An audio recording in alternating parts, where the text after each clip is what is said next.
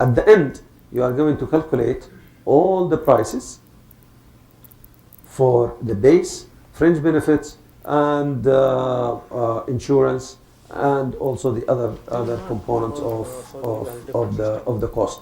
The total cost is going to be $1,000 for the 7 days. Okay, $1,000, $1,043 for the whole week. You divide it over the number of hours per week, the straight time, which is 60 hours. That's supposed to be, and that will give you the cost per hour. Here, it's supposed to be here about $17 something.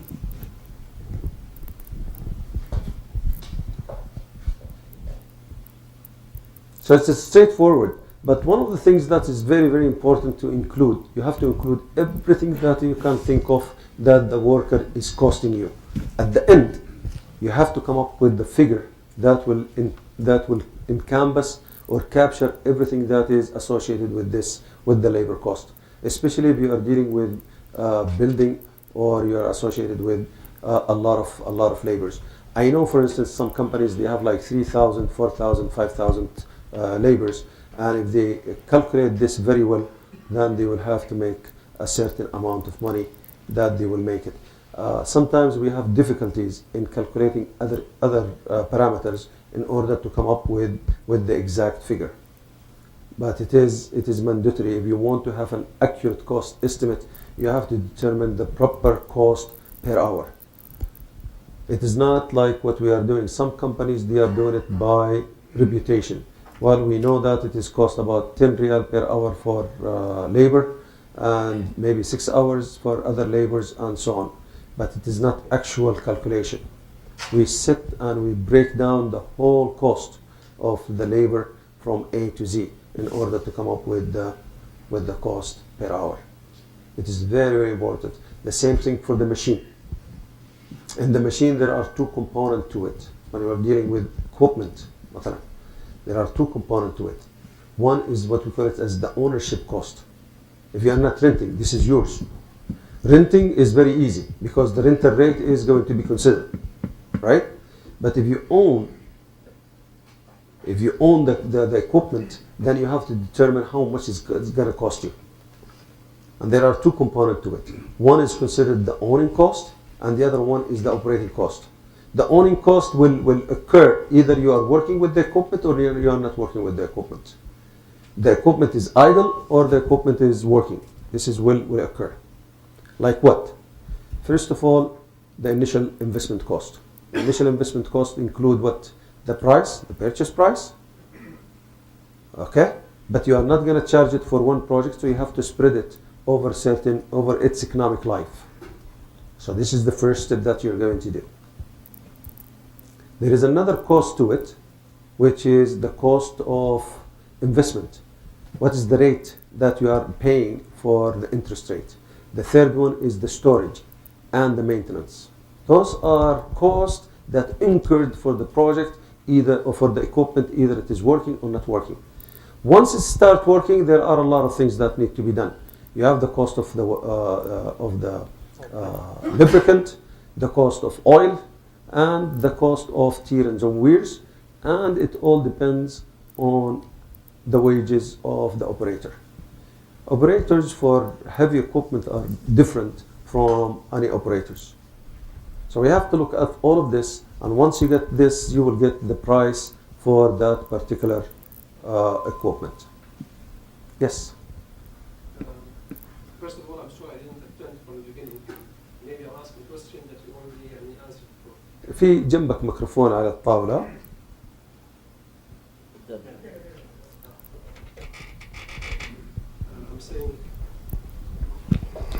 Sorry. I'm saying I'm sorry I didn't attend from the beginning. Maybe I'm asking a question that you already answered before. Whatever you are talking about now, it's only tangible costs. I would like to know more about the intangible costs. For example, risk. For example, depreciation. And whatsoever. Okay. Depreciation of equipment? course, not only equipment, even for materials. For instance يعني إذا عندي مشروع والحي يتصدى عندي، ولا صار في خراب عندي على موضوع مثلا اسمنت زي ما اطلعت عليه حاليا مثلا for instance، يعني في أي فاكتور ولا في أي such يعني intangible rules.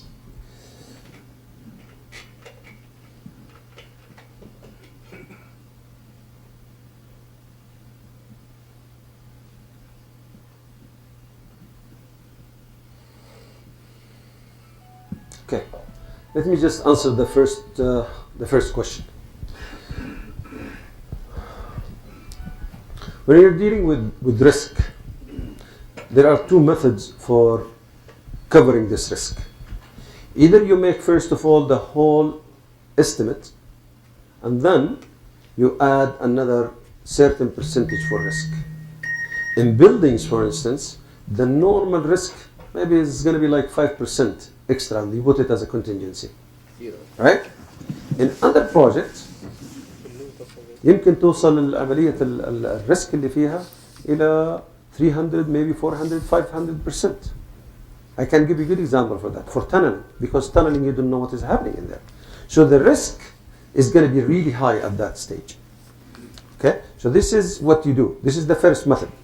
The second method, which I really prefer, when you start making the work breakdown structure and you have the cost item, all of those cost items, for each item you evaluate the possibility of risk. And then you put whatever is going to be between 5 or 0 to 100 to 300 or whatever. And believe me, if you go back again to all of those items, you will find only 20% of those would need some kind of evaluation or multiplying or a factor to change or to guard against risk. Okay? So that's one of the way of doing that. For the material, I will answer it through the lecture. Okay? Do you have any other question, gentlemen? Yes.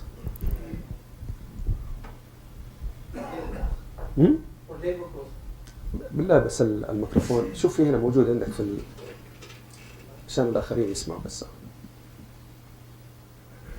السلام عليكم. For labor cost, the problem is under contract duration from owner. The bid came duration for project 1 year, for example. But the actual most of projects are delays. And maybe we will construct or finish the project in 1.5 years or 2 years. From day one, we will calculate as a 1 year or as a 1.5 years. Which is better? You calculate it for the duration of the project. But maybe it's not reasonable. يعني duration from owner is not reasonable. Estimated duration. يعني جاي لي مشروع من المالك. أنا for example أنا في الشركة عندنا مشروع جاي من أرامكو 8 شهور مدته في العقد. بقى لنا 3 سنين فيه، نسبة الإنجاز الآن 90%. واو. هذا حقيقي. ده مشروع لسه ما خلصناش. المشكلة إنه كله صحراء. بنركب حاجات يعني from east to west of kingdom. سعودي أرابيا. فكل ده شغل صحراء. بعض الأماكن ما نقدر نروح حتى بالسيارة. بنروح بأرامكو بطيارات. فإزاي المالك من أول يوم يحط المشروع ده 8 شهور؟ يعني ده خطأ فادح من عنده. إحنا بقى خلصنا يعني when we reach 70% خلاص budget, we are over budget now. But let me just tell you, this is the beauty of the construction industry. You never know. Honestly, this is the most beautiful things about the construction industry. Most of the projects, they go into claims. Okay, because of this uncertainty. But I'm sure if you sit with the owner and you provide a logical explanation, they will take care of this delay. Because at the end, this is what is causing a lot of problem for a lot of projects. Okay? And even from the cost point of view, you can't claim because time is money.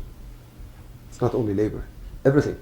Management. Yeah, I know, but maybe material is same. We will use same material, but a labor. I know. That's the things that is going to Ah. affect you. Not only that, but because you are using the same labor, you are depriving your laborers from taking another project to participate in another project.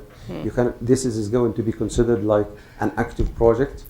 So if there is an evaluation for another project, they will say no, you still have this project. There are a lot of things, a lot of complicated things.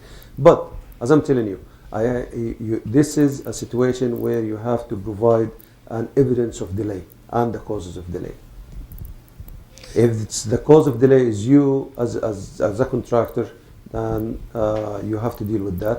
If you can't prove that with evidence, it's not just like it is the owner. You have to provide that as well. Sometimes the delay exists or happens for no reason, or there is no not the failure of the owner, not the failure of the contractor. It's just because of a third party. But if I am from day one, I know from my experience, this project we can't finish in 8 months. I know it will take 2 years. I know from day one, but I can't tell owner it will take 2 years. He will reject me. Yeah. For technical purpose, if I'm very schedule 2 years, he will reject me. Okay. But Let me tell you. I can include this in my budget, my price. Yeah, but there is another thing that you can do. Every time that you are making a decision, when you bid, this is a decision to bid. Okay? And the amount of money that you are sitting also is a decision. And if you think that it is going to take longer period of time, then the price is going to be higher. And you have to cover yourself with that. You bid, either you take the project and you make profit, or you don't take the project and you don't make loss. Isn't it? Yes. If you know it at the day of bidding, Yes. if you think that it is going to take, it takes, but I know, sometimes you get the pressure from the management and saying, we need projects. Yes. Let's get This projects. is the problem. And when you get the project and you lose, the blame will come into you. Yes. I know. Yes. السلام عليكم. عليكم السلام. دكتور أنا ماني مقاول ولا مهندس، بس دائما أنا عندي خبرة مصرفية دائما أسمع إنه أحيانا زي ما تفضل الأخ إنه فيه مشكلة في المشروع وفي خسارة. الشيء اللي ماني بقادر أفهمه إنه الأونر حق المشروع المفروض يكون عنده تقدير مبدئي، هو عارف التكلفة. فلو جاني مقاول أو واحد من البيدنج أقل من الكوست اللي أنا محدده كأونر زي أرامكو مثلا، مفروض انه ما يقبل مقاول بهذه الطريقه، لانه ممكن ياثر على المشروع اساسا. وما اعتقد ان فيه اونر منطقيا يعني انه يقبل انه اي مقاول يجي ينفذ المشروع ويطلع بخسران، او الكواليتي حقه التنفيذ ما تكون. فهذا الشيء اللي ما اعرف هل ما في معايير في البلد تحدد الشيء هذا او اوكي. المعايير موجوده. أنا أعتقد في إذا كانت تتكلم على شركة أرامكو أو تتكلم على مشاريع الدولة، في معايير، وكل مشروع بيصير له what they call it as the owner estimate. نفس المالك بيكون عنده معرفة إيش ال cost of the project and the time. ولما تتقدم المشاريع I know there are certain projects that we have involved in government projects, and we evaluated the contractors based on his financial ability, and he was not solvable, so we have to stop from dealing with him. So this is one. The second, you will see most of it is the usual practice. إذا كانت كل العروض أقل بكثير من العرض من تقدير المالك، المالك بيرجع ثاني مرة بيرجع بيحط هولد على المشروع وبيرجع يراجع تقديراته. إذا كانت كلها أكثر منه برضه نفس الحكاية. لكن إذا كان في نوع من الخليط، some of them they are way below and some of them they are really high, then there is justification for this. تعرف أنت بعض المقاولين when they bid, some of them they are not bidding for the interest of the project. Okay? الobjective حقت البيدنج تبعه it's not to get the project. The objective is just to be known, is to be there. فإذا كان المشروع يكلف له 100 مليون